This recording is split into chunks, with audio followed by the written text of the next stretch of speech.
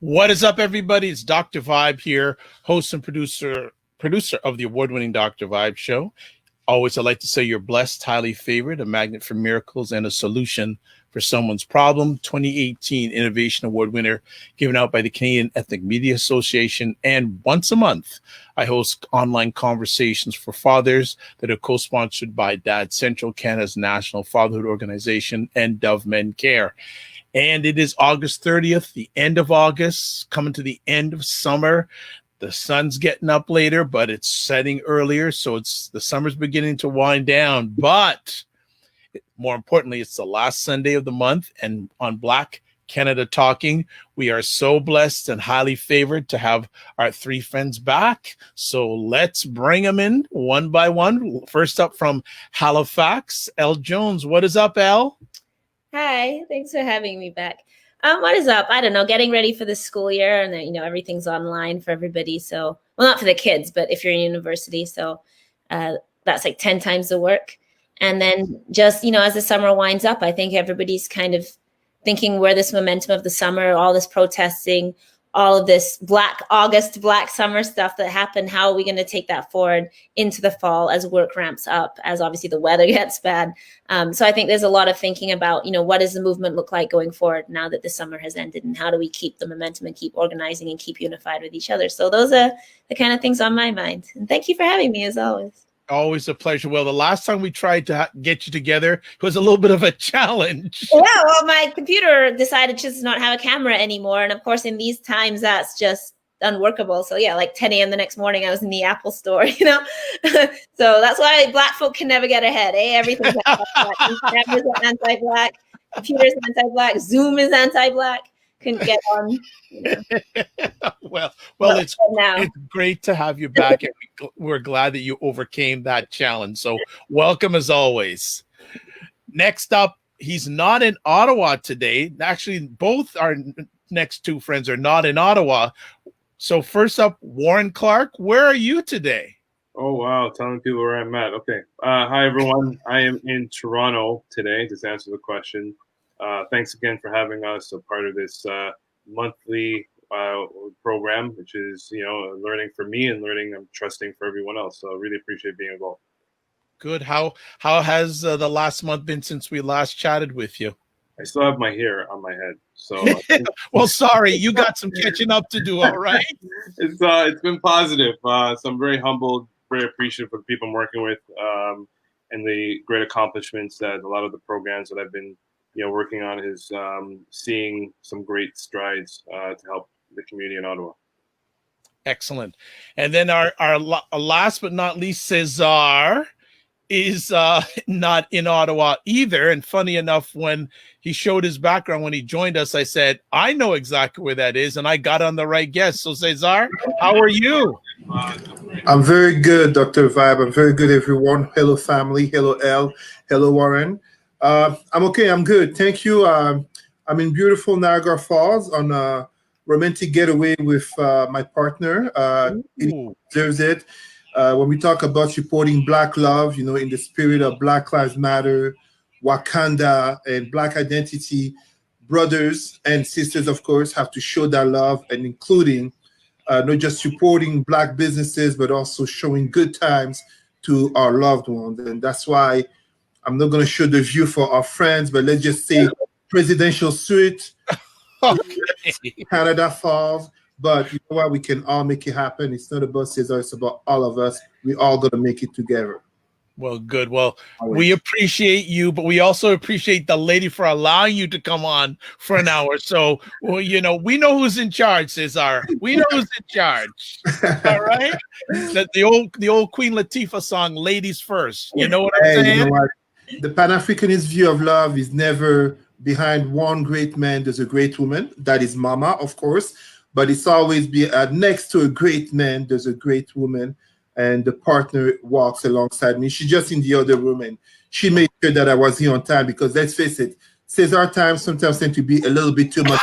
I'm not gonna go there. Let's get into our conversation. Let's get at it, folks. First topic I want to chat about that's very interesting. There's a lady named Leslyn Lewis, and a number of Canadians may not know who she is, but you're going to know who she is in the very near future.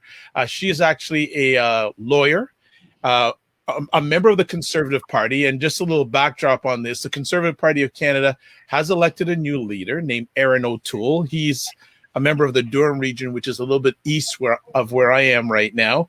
And on the first ballot, him and Peter MacKay, Mr. MacKay was supposedly the favorite. Erin O'Toole finished ahead of Peter MacKay. And then there was this lady, Leslyn Lewis, no political experience, Black woman. She got she was in third place. On the second ballot, Ms. Lewis gave all her votes to Mr. O'Toole, and that's how Mr. O'Toole became the leader of the Progressive Conservative Party. And I think it's quite interesting in Canadian history, a Black woman having power in the Conservative Party. And folks, I'm not using blue because I'm a conservative, all right? So just relax on that, all right? I'm just using it as a background.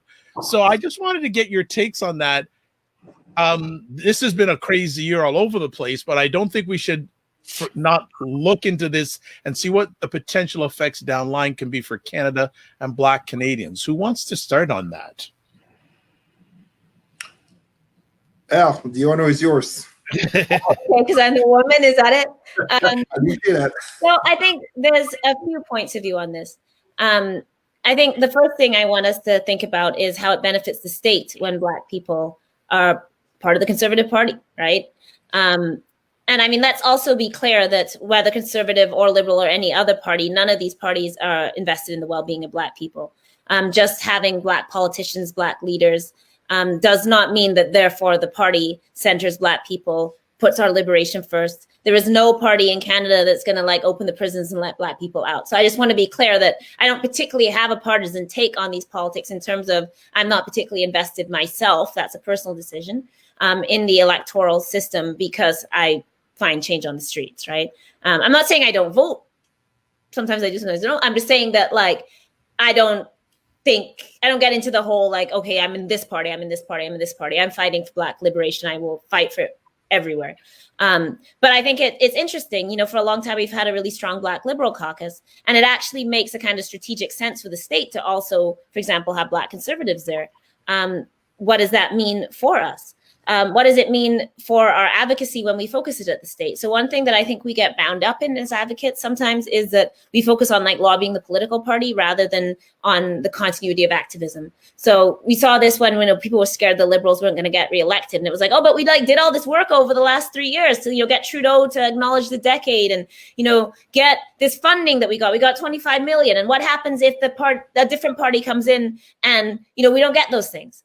And so I think what's interesting about seeing Black people being more prominent and active in the Conservative Party is that stuff is going to be in continuity, because what that stuff prevents is what's happening on the streets. The state is willing to put things in place so that Black people don't, is basically what I'm saying. So whether it's Liberals or Conservatives, even though for white people, those are very separate poles, to a certain extent for Black people, like they're going to give us that cultural funding or that employment funding or the whatever it is, as long as it stops us from, really, really advocating against the state. If we really were going to unify and get in the streets as Black people and say none of you political parties are serving us and we need a unified political voice in our own party, that's when we'd see the repression. So I think this is very similar to kind of the debate going on in the States, right? Where people are very happy to see Kamala Harris as VP, running as VP.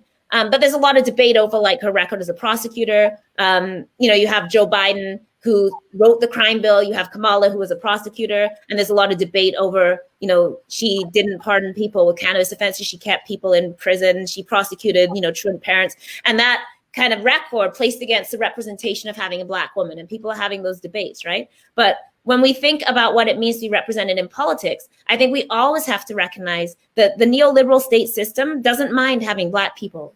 If you're willing to still do the deportation, and if you're willing to still put people in prison, and if you're willing to still transfer wealth upward to the 1%, then it doesn't really matter what face it is. And so our challenge of Black people, and that's not that we don't support our politicians when they're serving us. I'm not saying that every politician is a sellout or every politician is against our interests. What I'm saying, though, is I've never believed that our liberation can be bound up in that. And we saw that under Obama, because we're not ultimately they're not the president of Blackie Land. They're the president of the colonial nation of Canada, or the US, or the prime minister of the colonial nation of Canada, or the leader of the colonial conservative party, or the whatever minister in the colonial liberal party. And so I think we get really bound up in this notion of representation, that we need Black faces, but what we actually need is Black unification in a political voice. We need a unified political voice, and that doesn't matter if it's in the Conservative Party, Liberal Party, NDP, Communist Party. If we don't have, as a community, which we don't have a real organized way of presenting our policies, of fighting together. We'll have, a million meetings, and we have this policy and that committee and this and that. So like we said 50 times, we want to abolish minimum sentences, but we're still not doing the work to abolish minimum sentences because we can't actually really push that. We're always perceived as poor and powerless, right? So the challenge, this is a long answer, so I'll wrap it up. I guess what I'm saying is the challenge isn't having one person as a leader of Conservative Party or one person as a minister, coming to a quota in cabinet. It's, as a community, do we have a sustained political voice, or are we seen as poor and powerless and able to be disregarded? And until we're taken seriously as a political force in Canada, until our vote is taken seriously, until people cannot run for office without the question of what is my policy going to be towards Black Canada, until we're not an afterthought, until CBC on election night CBC in this election didn't show a single Black face the entire election coverage.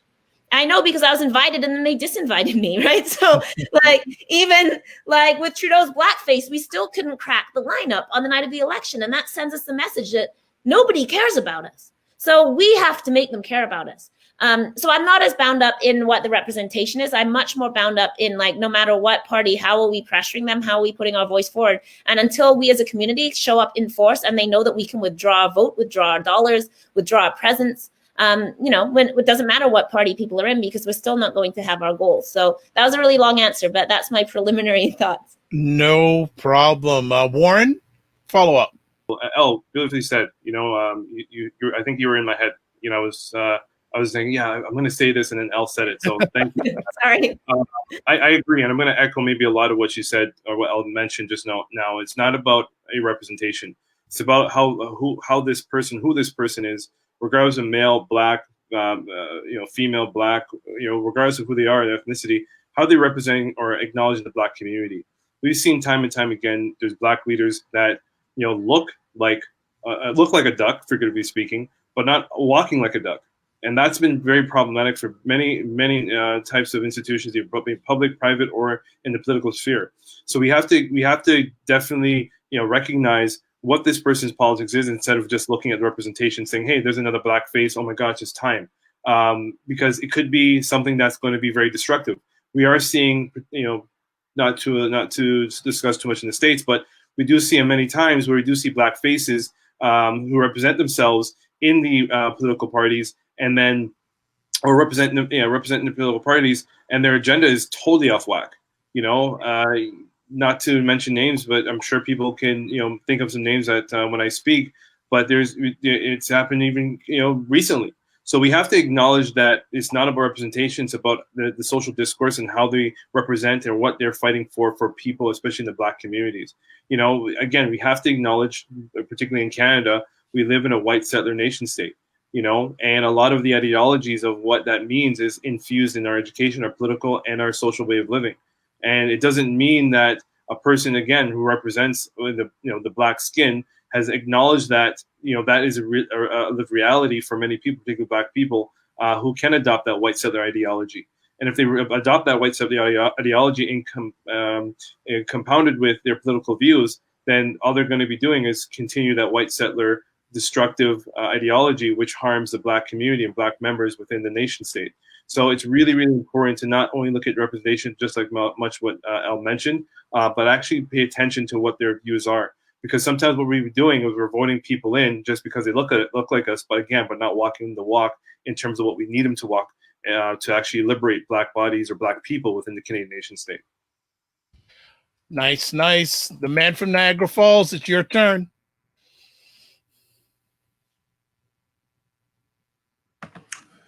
Thank you very much. Elle and Warren, really, I echo what you guys said. Honestly, in terms of Pan-Africanism, you said it so well. At the end of the day, Canada is a Western nation a nation awash with systemic racism, as the United Nations themselves fully documented, a nation that is built on colonial land, as very much the befalling, the beheading, we should even say, of the statue of John A. Macdonald this weekend in Montreal. I want to say that I would be proud for Mrs. Lewis in terms of her personal achievement, but truthfully, it doesn't really change anything to the realities of Black people, especially when a certain conservative party, and let's be careful, even if I'm a former Liberal delegate and I worked for the Obama election in 2008, I'm not giving a pass to the Liberal, Democrat, left, whichever. But it also speaks to a conservative party to want to use the fact of Mrs. Lewis, notably a Black woman, an evangelical woman, a very accomplished woman, notably in Western standards, as a lawyer. But what are they saying regarding Black people? When the newly elected chief, Erin O'Toole, especially elected thanks to the votes of Mrs. Lewis, talks about a party that is welcoming all, no matter the races, and I think he said sexual orientation and such. But what are they really saying? Because too often Black people have been fooled by the nice words, and especially, as my colleague said so well, a matter of putting a Black face, but concretely it hasn't changed anything. Of course, the Obama example very much sticks here. But in terms of Mrs. Lewis, I just, the personal achievement that she did is to be celebrated. First Black woman to successfully run at a federal level, so national level, for party leadership, kind of to echo Dominique Anglade in Quebec at a provincial level, but in the concrete reality of Blackness, in the concrete reality of Black youth, women, men, and especially talking of systemic racism, police brutality, affordable housing, employment discrimination, all of these topics that when conservatives, especially the Conservative Party, speaks either of fiscal conservatives or of social conservatives, and even in terms of geopolitics, in terms of Canada's relations with Caribbean countries and African countries, what is there to celebrate really because a Black woman really reached that level? In the US, the Washington Post was praising, I believe back in June in an article, the arrival of Mrs. Lewis. But concretely, what is that really changing? Even if, let's just say, she was to become prime minister as a few years ago, Michael Jean became governor general. The symbolism is nice. And that's why I went to work for the Obama election in 2008. But we need more than the symbolism. We need far more than the words. And we need far more than just representation in terms of blackface. The concrete actions, the accountability, and a leadership that is not so much in terms of a blackface, but that is in terms of truly being able to speak to constituents and being able to articulate the demands in terms of a true progress. Très brièvement en français, la question qui porte sur Madame Leslyn Lewis, première femme noire à être arrivée à un tel niveau de succès en termes de leadership pour la tête du Parti conservateur. En gros, mes collègues, elle et Warren, ont dit très bien que le simple fait d'avoir une femme noire ne change pas vraiment les réalités des personnes noires. Et j'ai notamment rajouté, il ne faut pas tomber dans le piège. On en a vu d'autres, conservateurs, mais notamment au niveau des libéraux, comme des démocrates aux États-Unis, et que donc, on doit passer au-delà du symbolisme, on doit passer au-delà de la représentation, mais par rapport aux enjeux tels de discrimination à l'emploi, de brutalité policière, de logement, et même au niveau de relations internationales, au niveau des Antilles comme de l'Afrique, qu'est-ce que cela change réellement au niveau des personnes, surtout quand un parti n'articule pas un vrai programme de parti par rapport aux Noirs. All right, folks, thanks for a great start off. Warren or Elle, do you want to add anything before we move on to the next conversation topic? We're good? This is going to be, I guess, the next parts of the rest of our conversation is going to be very heavy in regards to two significant incidents. First of all, a week from today, Jacob Blake. We know, well, if you don't know about this story, your head is in the sand. I'll just leave it short and sweet that he was approached by police without being armed and was shot 7 times in his back. And he's still in hospital. He's paralyzed from the waist down. During his time in the hospital, there was a part of his time he was handcuffed to his bed. Then during the week, we had the NBA players basically boycott playing games in the playoffs. They're back playing now. They allegedly made an agreement with the owners to help move social justice through the NBA. Folks, what do you have to say about this incident? It's really disturbing, heart-wrenching. Who wants to go on this conversation piece first? I would like to. Go ahead, Warren. Sorry, I don't mean to dominate. I don't want to take up too much of my space when I No, go ahead, Warren. Take your time, please. It's compounded the fact that we're witnessing another black male in the United States being gunned down at extreme aggression by the state. My issue is with the NBA, and I'm a huge NBA fan. I love me some Lakers. I love me to watch me some LeBron James. It brings me so much joy when I see someone getting dunked on. I don't care what their politics are. I see that happen. I'm just like, good for you. You shouldn't have been in the paint. Good for you. But when it comes to taking a stance and knowing that this is not the first time this happened in the United States, and I can bet my dollar, and I don't want this to happen. I'm not wishing this to happen, but I can bet my dollar it's going to happen again, because this has been an ongoing issue in the United States of America. And if they are not recognizing the trend here of killing countless black bodies in that country, and them thinking they're going to take one night off to disrupt white settler capitalist neoliberalism nonsense, think again. It's not going to do anything. You know what I mean? They have signed the contract, and I'm going to sit straight up and say it. They've signed the contract with the devil. That's what they've done. And they've recognized that. They've shown that to the public, that, you know what? Yeah, we're going to put on some shirts. Yeah, we're going to put up our fists. Yeah, we're going to take a knee. But you know what? We'll take a day off. We're going back to get that money. That's white capitalist money. In order to really disrupt what the heck is going on in that country, you need to shut it down. Elle, I have to apologize to you. I really do. I was thinking after our first conversation what you said. You came off fiery, and I was like, I don't know. But you know what, Elle? Sign me up. Sign me up.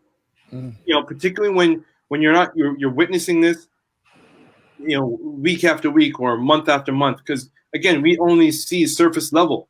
We don't see what the heck is going on a day-to-day basis in different states, the police aggression on black bodies. And they know. It's not like they don't know. They know. And I think the LeBron James of the world, the Michael Jordans of the world, the Allen Iverson of the world, they should shut it down. Don't play. Don't exploit your talents for white capitalist money on the blood of black people. No. If you're going to stand for something, stand for it all the way. And I have to be upfront. People like myself, Elle, Cesar, Dr. Vibe. Yeah, the reality is this is our work. We work in this. We get paid for this. I'm not going to sit here and I'm not going to sugarcoat it. I'm talking from my perspective. So it'd be a fool for me to say, hey, stop your money train, while I'm getting my money train to talk about this. I create programs for this. I teach this. So this is my income. But I'm not, when you start getting to the political arena, my philosophy is you go hard or you go home. You don't go halfway, because you're exploiting the people who live a day-to-day life, not making $1 million that they're making.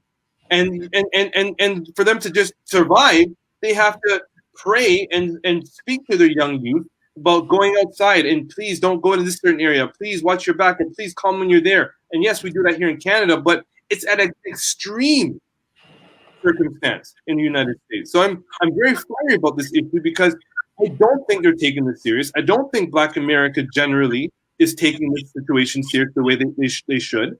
And it's at a point where you look at it and you say, dang, again? Like, what's the whole point of protest? What's the whole point? What, are they doing this just to get the new Jordans to walk around and steal it from the store? Why are they doing this? At this point, it doesn't make any sense to me. And this doesn't mean or taking a shot from any political leader who's fighting the march.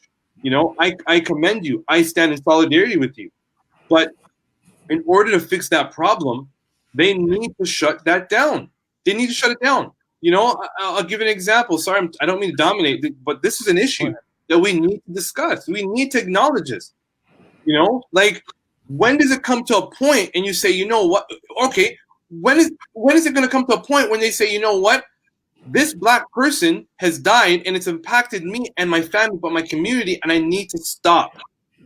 I need to sit down, reflect, and stop and work with these people. It's not about money anymore. It really isn't. And the NBA and those players are making this very political and making it about money. And I'm going to stop there because I feel like I'm going on a real rant. So thank you for listening. I appreciate it. No problem, Warren. That's more than fine. That's powerful stuff, and it needs to be said. Who'd like to follow up with that? I guess I'll go. We always have Cesar last. First of all, Warren, I don't remember you saying anything that you would need to apologize for, but my brothers on this show are always so like kind and gentlemanly to me. So they're always like taking care of me on the show. So thank you. But yeah, I 100% agree. And even beyond the NBA, this has been the problem, right? The difference between performative activism and actual organizing, right? And I said this at the time when the NBA was like saying they're going on strike. I'm like, you have to do it for more than one day. Like, you can't, if it's one day, it's just a performance. Oh yeah, look, we're protesting this. And then they kept using this language of, well, it's really painful to play. And like, we don't want to play because it's too much. I'm like, but it's not that it's too much. Like, we as Black people are too tired to play, which is also can be true. It's that we are withdrawing our labor from this country built upon our labor, and we will not dance for you anymore. That is the point, not whether or not we feel like playing. We might 100% feel like playing. The point is we ain't going to do it because we're tired of you having our bodies. We're not dancing for you. But then it all collapses, as Warren so like perfectly explained. If you do it for one day, it's nothing. It's something the NBA can market as social justice, hashtag, you know, hashtag we like Black lives, you know, and it's like, no, you don't. Cut the playoffs. Let white people live without their basketball. Let all those investors, let Coke live without its sales. Let, you know, Nike live without its sales. And then maybe they'll do something. Maybe they'll invest in something for real. Maybe they'll disinvest from the police where their dollars go. Maybe they'll stop funding oil companies. Maybe they'll stop transferring wealth away from us when we start hitting their bottom line like that, which Martin Luther King told us in this last speech, right? He talks about Black people can withdraw money from Pepsi and withdraw money. And if we did those things, you know, and he's talking about economic boycotts, right? And we still can't like figure that out. But beyond that, yeah, beyond the NBA, it's, I think, a general organizing question is that everyone wants to have this selfie with their fist up. Everybody wants to wear the BLM shirt. And then nobody wants to live out the consequences of what it actually means, what it means to be here all day, every day, when our people are getting evicted from housing. That's organizing. We have to be organizing against that. You know, when our mothers are getting their babies taken off their breasts in the hospital, where are we then? We have to organize against that. We have to organize in the courts. We have to organize, in the businesses and in the boardrooms. Everywhere we are, we have to be organizing 24/7, and we have to outwork them because white supremacy doesn't sleep, so we can't sleep. So you can't just like, you know, be there one day, put a fist up and say, yeah, you know, we're protesting, and then walk away. That's not a protest. That's a hashtag. And that actually works for, as Warren said, it actually helps capitalism because now the NBA actually gets to look woke. Do they still have their racist dress code though? You know, like you can't even fight the racist dress code and the NBA is going to be fighting police? You mean the same police that jacked up the Toronto president of the Raptors when he's coming to the court to like celebrate? And now we have the video and we know how hardcore they lied. So they said he didn't have his credentials and he shoved them. And then the video came out and he had his credentials out and they shoved him. So shouldn't the Toronto Raptors have boycotted then? Like your own president got jacked up by the police as you won a championship. And like, and what?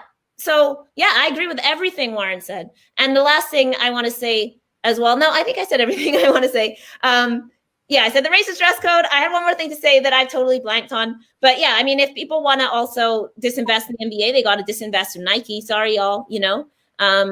I know that, Jordan famously said, Republicans buy shoes too, but that's exactly it. So even if the NBA was to stop, like if we're still wearing all that NBA apparel, we're still funding them. Oh, I know what I was going to say. I was going to say, let's big up the WNBA here, because them women have been going way hard. It was the WNBA that was wearing the T-shirts that has been protesting, taking a knee all season. And I think it's pretty clear that their activism also worked to inspire the men to take this activism, which nothing against the woman. We all know that women's sports is less than like 1% of ESPN and 99% is men's sports, right? So no matter what women are doing, it will take the powerful men with the money and the prime time outside of people like Serena or whatever, to make this happen. But I think we also really need to acknowledge here that WNBA has been going really hard on this, really, somewhat unnoticed, and have been taking a much more radical path. So yeah, that was the last thing I wanted to say.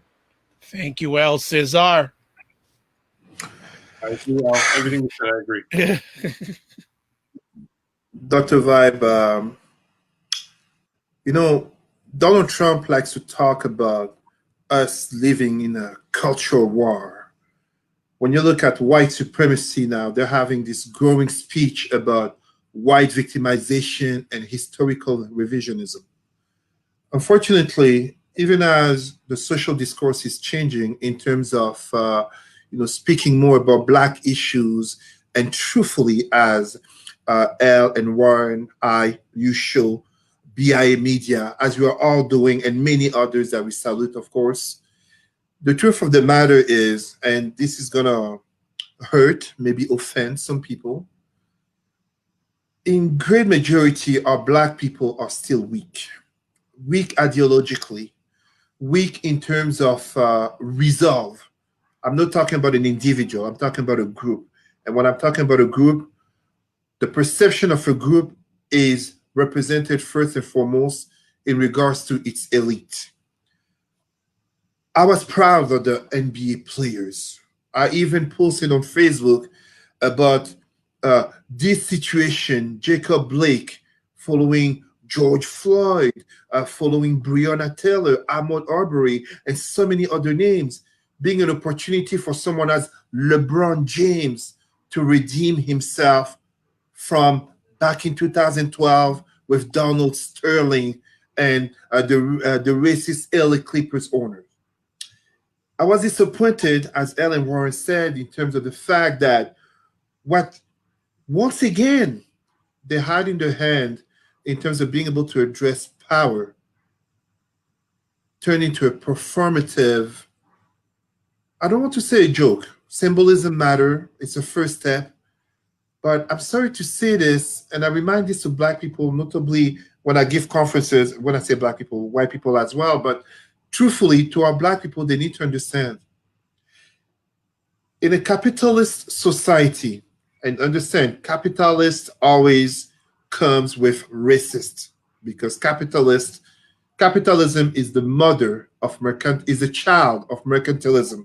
Mercantilism being the enslavement of Africans by whites in the Western Hemisphere. Therefore, if you can't boycott, you can't fight capitalism. It's so truthful when we think of the fact that back in 1955, a certain Martin Luther King became known because he successfully led the boycott for over a year of the racist bus system. This is where the civic rights began. Even if I go before Martin Luther King, and despite the fact that he said racist comments towards Blacks, the independence of India greatly came by Gandhi through constant boycotts. We have what we can truly call our elite in terms of fame and fortune as these NBA players, but also football players. And let us remember, NBA, 85% Black players. Minimum salary, I don't have the exact number, so please someone correct me. I think the minimal player for being on a full-time team, $600,000, $750,000 a year. I'm sorry, when we become unable to boycott truthfully for meaningful change, and here I also criticize Obama because Obama was said to have been the advisor of the LeBron James and others. So when we become unable to truly boycott, We comfort whites in the belief that the system is not as bad as we say it. We comfort non-blacks in the enjoyment of black labor, of black bodies, and as such, we comfort them in the dismissal of black pain and black advocacy towards issues that concern us. Yes, there's a growing number of whites in the street, and we salute them. And thoughts to, I think, Anthony and Joshua, these two white men who were killed by the young terrorist, white 17-year-old terrorist. But when our NBA players become unable and unwilling to truly boycott, if I were a white person, why would you want me to take them so seriously?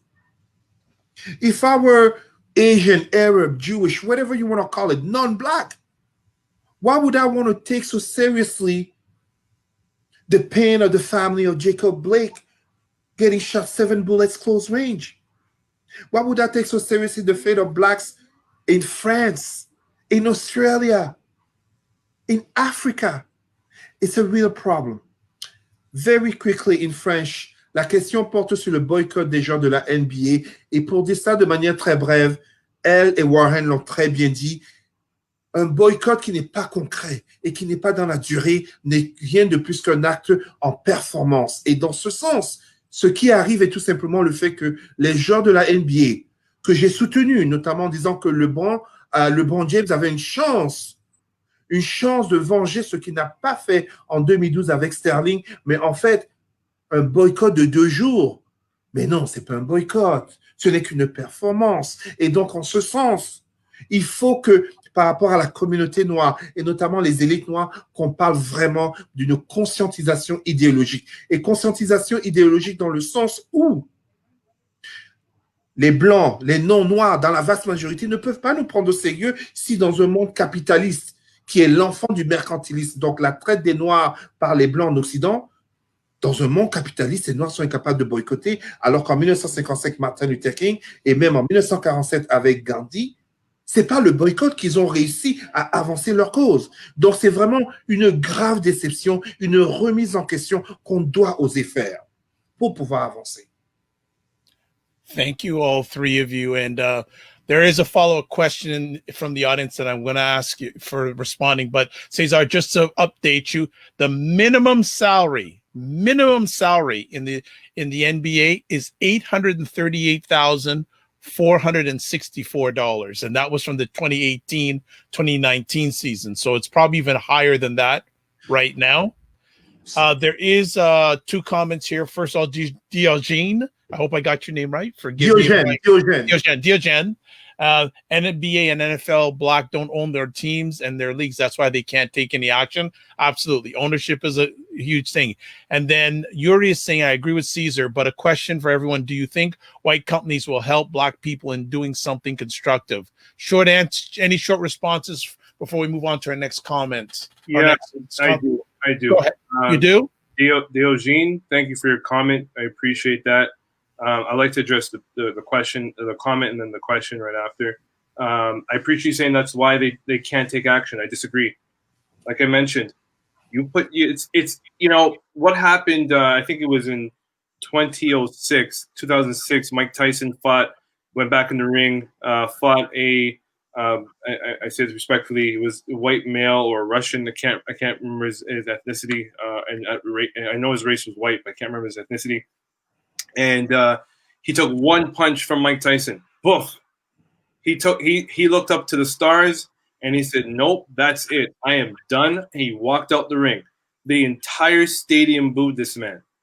All right. Now let's think about things critically. I go to the gym. I work out. Yeah, I have a little bit of a boxing background. Nothing to say like I can get in the ring with anyone, but just for fitness, right? But if Mike Tyson was to say, "Hey Warren, like I'll fight you for $2 million, $3 million," and knowing that he can punch with the power he can punch at, my answer is no. I'm not doing it. I may not get up. The point I'm trying to make here is, and I may be comical, but I'm trying not to. I assure you, if you get in the ring, you put one foot in that ring, be prepared to fight. Be prepared to fight. Don't open your mouth and then say, well, I can go only 25% of the way. That doesn't make it. People like myself, Cesar, I'll speak about myself exclusively. I've been doing this for 10, 11 years, not getting paid majority of those years, fighting for what I believe in terms of supporting the marginalized Black communities, specifically Black men. I didn't get paid majority of those years. It's only being turned around because the higher I've gone in education and the more I've been able to assert my critical thinking and ways of programming that has afforded me now to be paid for the work I'm doing. Colin Kaepernick is an example of that. He took an L. He got in the ring. He said, you know what? I'm betting on myself. And he took an L. Let's be real. When he took that knee during the national anthem, he lost his career as a football player. And he's been fighting ever since. But one thing he's been fighting is the fight against Black liberation in the States. So no, I don't agree. I don't care who owns the team. You get in the ring, you want to fight, be prepared to fight. Or be booed. And I am booing those who got out the ring before the end of the 10th round or 12th round. Now, the last thing, I don't mean to dominate because I know we were... No, stop apologizing, Warren. Go on. Thank you. I just need to hear that acknowledgement. Thanks, Al. Appreciate you giving me that confidence there with the hand gestures. So with everyone, what do you think white companies will? Do you think white companies will help Black people in doing something constructive? Answer is no. The answer is no. I agree that there are white organizations out there that are turning the leaf and saying, let's address anti-Black racism. Let's work more exclusively with Black people who are addressing this matter.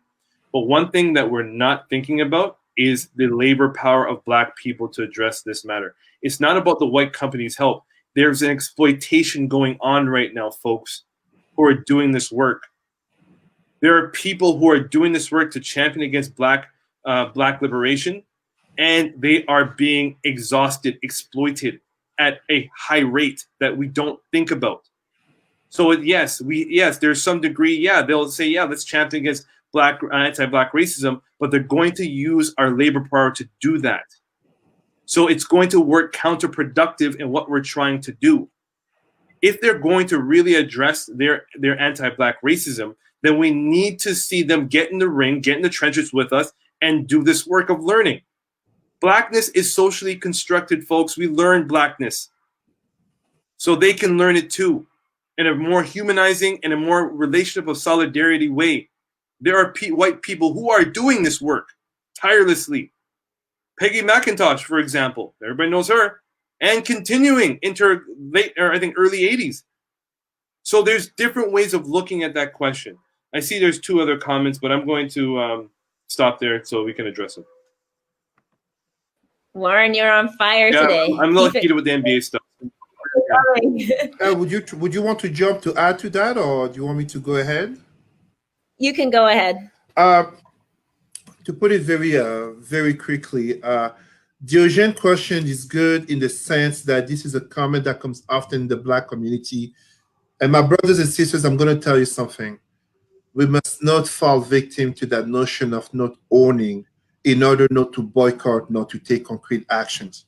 I am not the first Black person to have lost a job because I stood up to racism, because I refused to bow down to the paycheck, because I refuse to act unlike myself in my Black identity just so that in 2 weeks I can get a paycheck.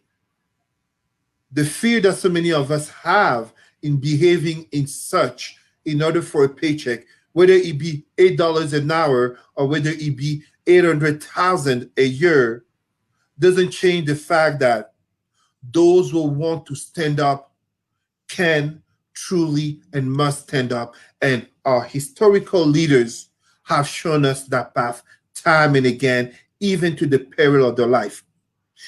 Warren gave a great example in boxing. Allow me to remind you of something very important. The greatest boxer of all time is not known because of his boxing record. He is known because in the face of racism, he refused to go overseas to kill Asian people who had done nothing wrong to him for the cause of the white man to increase his imperialism and capitalism. Muhammad Ali is not the greatest known boxer worldwide on the four corners of the world because of his boxing record, but because he stood up. And as such, it becomes incumbent upon us Black people to stand up and to stand up truthfully, no matter where you are in the hierarchy of the organization. Colin Kaepernick did it. If Colin Kaepernick had been followed by the over 60% of Black players that are in the NFL and the over 80% of Black players in the NBA, what do you think would have happened? You know how many billions of dollars these two sports, I'm not even putting Major League Baseball, I'm not even putting in football, aka soccer, Black bodies, Black entertainment, Black musicians, Black comedians. At the end of the day, no, it's not for us to change white people.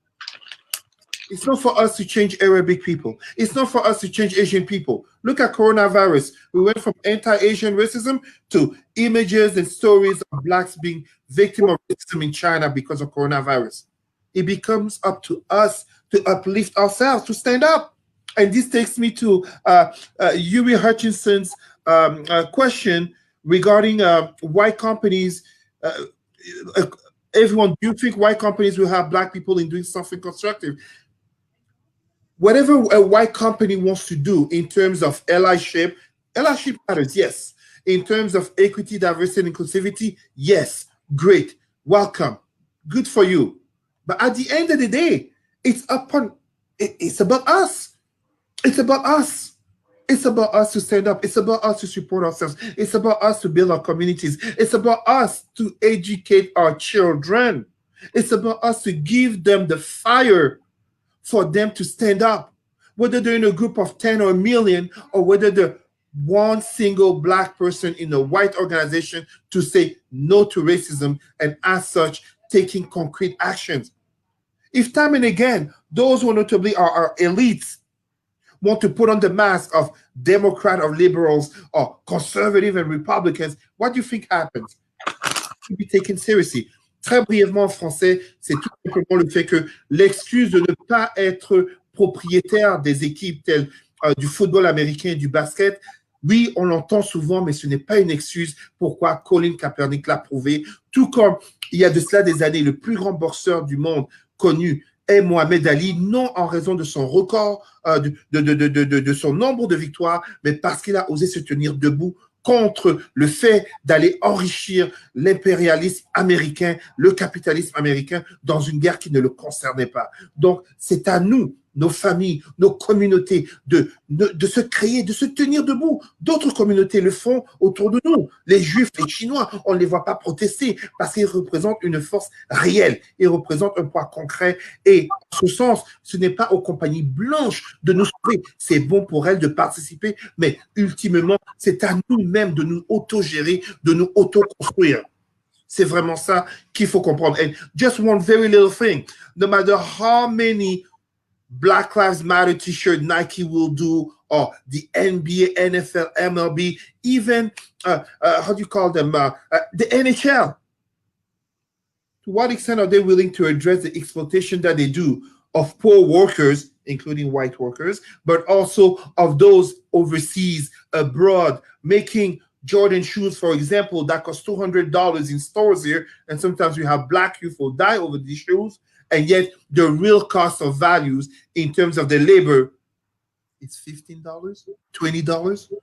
I addressed that back in June at the Black Lives Matter protest about we are wasting our money, we are wasting our energy, and we are wasting our identity to integrate into capitalism while screaming at the same time that we are victims of racism. It doesn't work that way. The system will use you and eat you up time and again. Okay. Elle, do you want to add? This is fire today. I mean, this is good. This is real good. Yeah, I mean, I don't know if I have anything to add on to that. I wanted to just take us into really quickly something that Cesar said when he pointed out that when COVID started, we began with anti-Asian racism, and then it quickly morphed, as usual, into anti-Black racism. As Dave Chappelle said, that train ain't never late. So I just wanted to highlight that in the Atlantic region and certainly everywhere else, like all the major arrests have been Black people. So we know in New Brunswick, the person who was accused of spreading, specifically African people, like recent evidence. So we know in New Brunswick, the person was accused of spreading COVID was a doctor who had gone into Quebec to help people on reserves, like to work with Indigenous people, and then was accused of, spreading COVID to his patients. And there was, of course, major death threats. And I don't know if people are aware in PEI, where a young Congolese international student had come to pick up his brother in Nova Scotia, had quarantined, but didn't realize his brother had COVID, had followed the rules because we have this thing, the Atlantic bubble. So as long as you just travel between our provinces, like you're okay. And he ended up getting COVID. And so they charged him. And this is a bit of a longer story, but they end up sending him to a migrant worker facility to do his quarantine. I'm going to just guess there ain't no white people with COVID being sent to the migrant worker facility. Like only the Black student is sent there. And on the last day, he left his room because he was experiencing paranoia from being shut up in there. And the cops, when they came to arrest him, he said, I have COVID, be careful. So they arrested him as well for uttering threats as well as breaking quarantine. And he's been in jail for a month in PEI, this young Black student. And of course, the media published his name. They put it all out there. I'm not going to say his name because I want to protect his medical privacy. He's this massive death threats. His family can't even go outside. There ain't many Black people in PEI, right? Like it's obvious who it is. So yeah, I just wanted to connect that to what Cesar was saying about the ways that anti-Black racism is always underlying everything. And it's always on time for us. There's always time to send us to the migrant worker facility. There's always time to arrest us and charge us. We're the ones being charged on this. So as we have this conversation, I guess, about, fighting policing and what that means for us, I just wanted to highlight that. But yeah, I think the other thing that's really important as we talk about Black unity is, and I know it's a basic thing, but I think it's actually important to articulate, like we don't have to like each other. Black people aren't all going to get along. We're going to have personality clashes. We're going to have different backgrounds, different forms of how we communicate. We don't have to like each other. All we have to do is when it's time to move, we have to move together. That's not the same thing as liking each other. Black unity doesn't require that we like every Black person in the world. We can disagree on all kinds of things. All it requires is that we get in the right lane. We get out of the way of people who are doing work. So if it's not our work and don't have the capacity to do it, but somebody else is doing it, get out of the way and let them do it. And that we need to be on the same page when it comes to our liberation, because there's no I told you so in this work. I don't feel like happy when you're like, and the NBA is not going to follow that boycott, and then they don't do it, and you're like, I told you so. There's no I told you so, because the person it affects is me, right? Like when people mess up or don't live out our liberation or whatever, if I called it, that's not a victory. I'm just like, great, now we're all screwed again, So yeah, it's just really, really hard in those times. I think we're having a conversation about the NBA, but we saw the same thing in the NFL with Jay-Z really coming in and telling Kaepernick the time to kneel is over. That did not age well, right? So that was like last year. And then look what happened this summer. And as people pointed out, but you weren't kneeling. So how are you going to tell us not to kneel when you ain't taking a knee? Mm-hmm. But we see this all the time, right? And as we move forward, there will always be, I don't find it that hard to deal with white people who want to undermine me, because I don't really care what white people are saying or doing when it comes to politics. I don't care. But I do care about Black people. And that's what's really difficult, when it's people standing beside us and people in our own communities who are sabotaging us and getting in our way, sometimes from good intention, sometimes from bad intention. And we have to figure out how to have these political conversations, because it's not hating to say, like what you're doing isn't right. It's not hating to say, I disagree with you politically, and I think that's going to have a bad effect down the line. It's not hating to say, as Cesar said, I celebrate you for a personal accomplishment, but I'm not with you because I don't agree with what you're doing politically. And I think as Black people, we have to separate that from unity. We think unity means we have to agree publicly all the time, and it's like wrong and rude if we disagree. And in fact, we have to disagree vehemently and with principle. But what we need to do is do those things so that we can move forward. So I think Cesar and Warren have been on fire today. Obviously, sports is the place to go for conversation with Black people. When they leave home, they get more on fire, right? When they're away from Ottawa, they loosen up. Right? That we're living out, right? But we see Black Panthers pass. There's just some it tells us that we have to meet culturally. We have to be ready to meet these moments as well, right? I really liked Warren's analysis of if you're going to get in the ring, and Black people have found our power for a long time through culture. When we're denied other forms, when we're denied our name on a check, we've always had our body. right? We've always had our style, how we have swag, how we wear our hat. Willie Mays wearing his hat back is an expression of Black resistance. How we caught the ball, how we walk into a room. These are things that for centuries, when we denied everything else, we're like, me make my body my canvas, you know? The very thing that you hate about me, my Blackness and my body, is going to be the thing. So culture is outsized for us. It's more important for us than other people. What Kanye West is doing isn't just something we can dismiss and say, well, that's just foolishness, because it's so central to the only places you've been allowed to have power. And you see that coming out in these conversations. So we have to have a real question about, you know, what does our culture mean to us? And do we continue to invest in pieces of our culture if they cannot meet our moment? And how do we put pressure on our celebrities and people to make sure that they're representing us, not just for the music video, but every day on these streets? Like, where's their money going?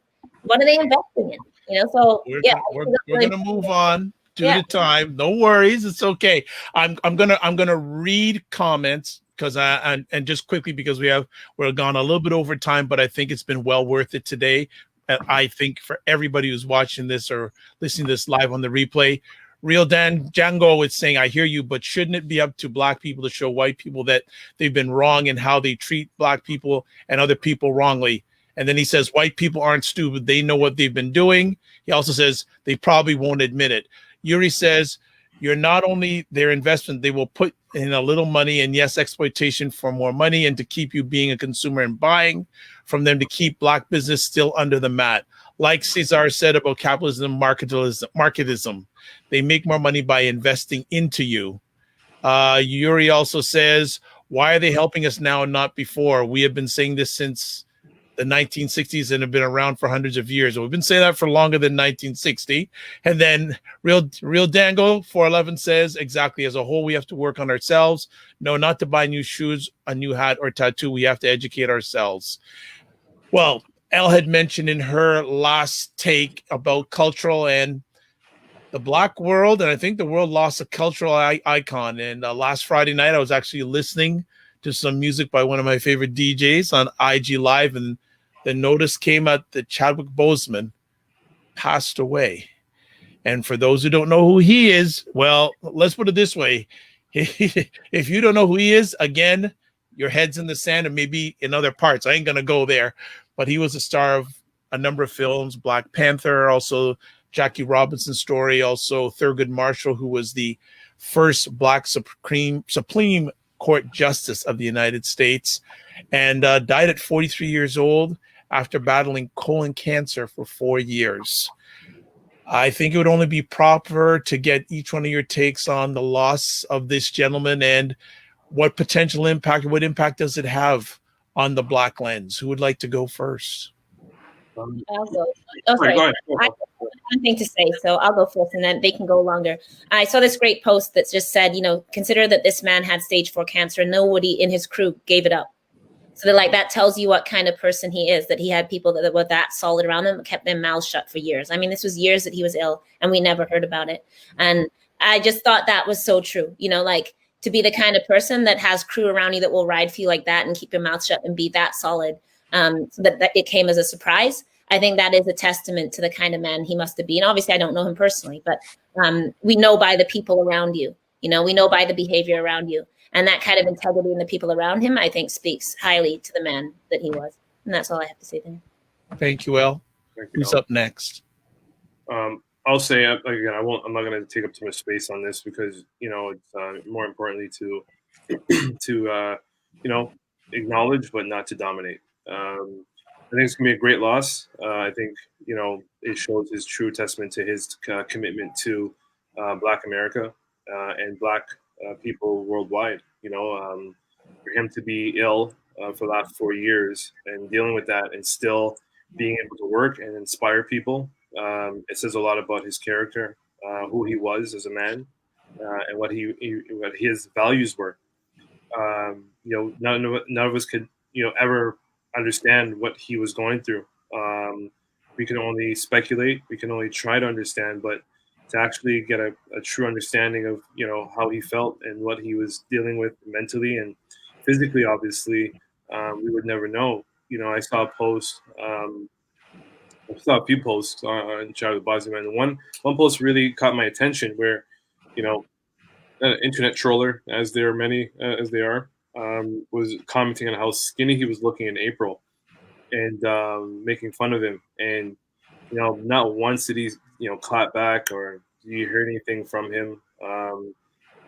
It was just so sad just to know, like, people judge people based on a person's book, which we generally a lot of people do, but don't even take an opportunity to say, hey, maybe something's up, or maybe I should make a comment.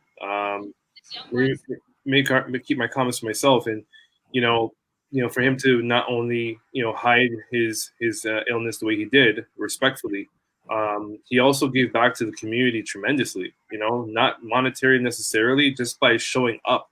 Like, think of it, you're battling cancer, colon cancer. I don't know what that feels like. I don't know what that respectfully said. And he's gone to sick kids hospitals in the States who are kids who are dealing with cancer, and still put on the Black Panther persona, and to inspire these young people, regardless of what ethnicity or race they were. I saw the post, and we have there's a learning from that. I think that it shows us how to be humble, how to appreciate life, and give back and pay it forward. So I'm gonna stop there. Again, I don't want to dominate, but that's all power to the Black Panther. Cesar, you'll finish up. I don't know what to say. Let's start with the truth that many won't want to hear. If Chadwick Boseman, in terms of the impact that he has created through a Black Panther Wakanda, as Warren said and Elle said, stage 4 colon cancer, still being dedicated to the sick children, dedicated to the people, giving the speeches in terms of identity, being basically the, if I can put it that way, the prodigal son of Denzel Washington, in terms of continuing his work of proper, truthful, historical Black representation, even in fiction, the symbolism and the impact that he had left. 2,000 years ago, Chadwick Boseman would have been a Messiah character. He would have been a Black Jesus. But he existed. And he's leaving us with what I could say. I mean, I'm going to take a very small example. I discovered him in 2013 with the movie on Jackie Robinson, 42.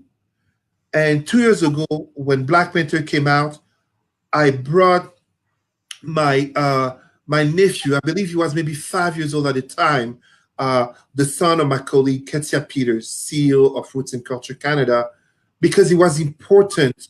And congratulations. I think, Warren, you actually even did something to bring Black youth to see the movie, but some organizations came together. Honestly, the impact it had, not just on Black people, but even on non-Blacks worldwide.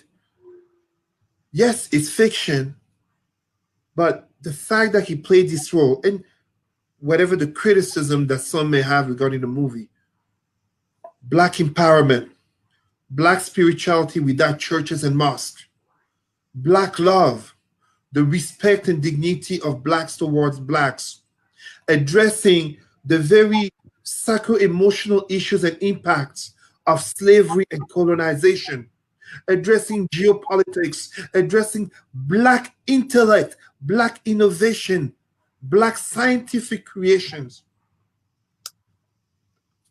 I found out about his death when I was leaving the restaurant with my lady and some friends, close friends, Black friends of my debate club.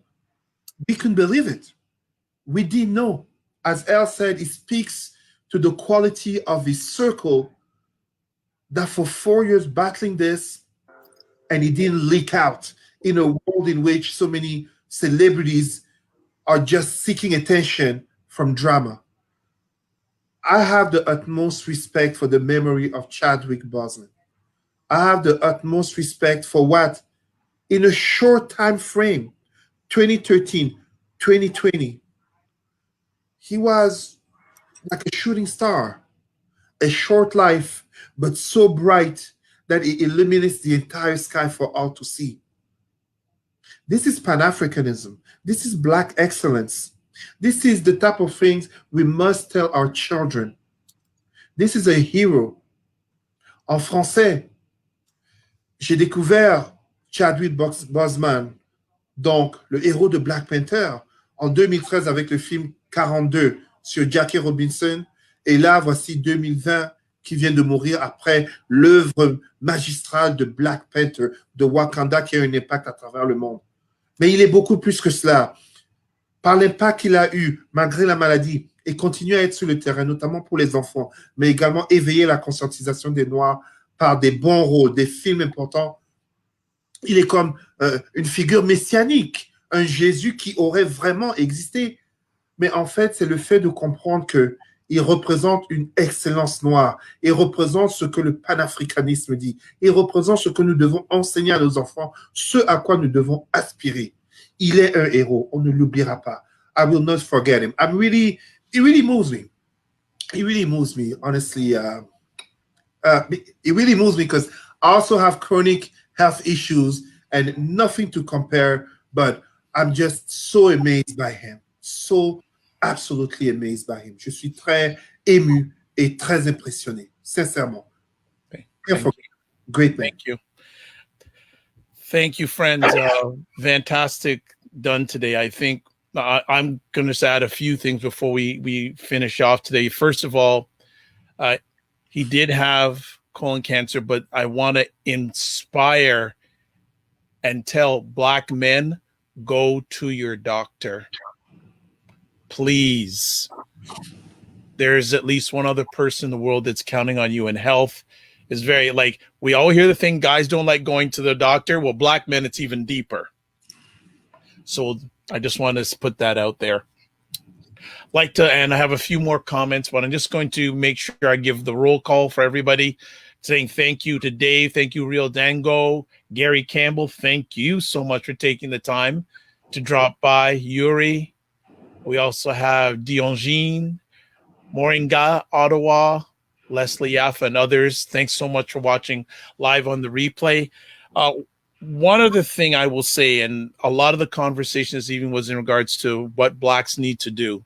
And a gentleman, I won't give his name out here, but he does speak a lot, and I catch some of what he says. And he says that Blacks will not move forward until they have control over 3 areas: media, education, and business. And he also says that maybe we should stop putting money into Nike and invest in our own communities and help some of the activists like that are on this platform right now, because they're doing the work. We have to question if organizations like Nike are doing the work for Black people. Maybe we should take some of our dollars we spend on those products, invest it in our people in the front line that are making positive differences for generations to come.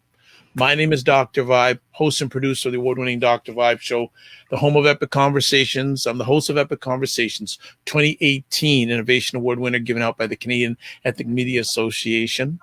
I am the host of Epic Conversations, and it's the home of Epic Conversations.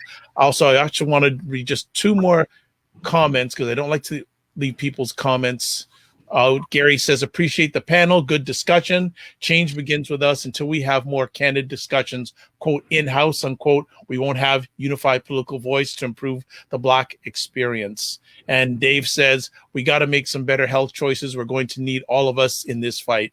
Very much so. If you want to touch base with me, best place to go is my website, thedrvibeshow.com. And as always, I like to say, live your life as a dream. If you can dream it, you can make it. Sometimes you have to get small to get stronger. Block assumptions, then aim bigger, aim better, aim higher, aim wider. Thanks to BIA Media for another excellent production job. God bless. Peace be well. Keep the faith. Walk good. Bye, everybody.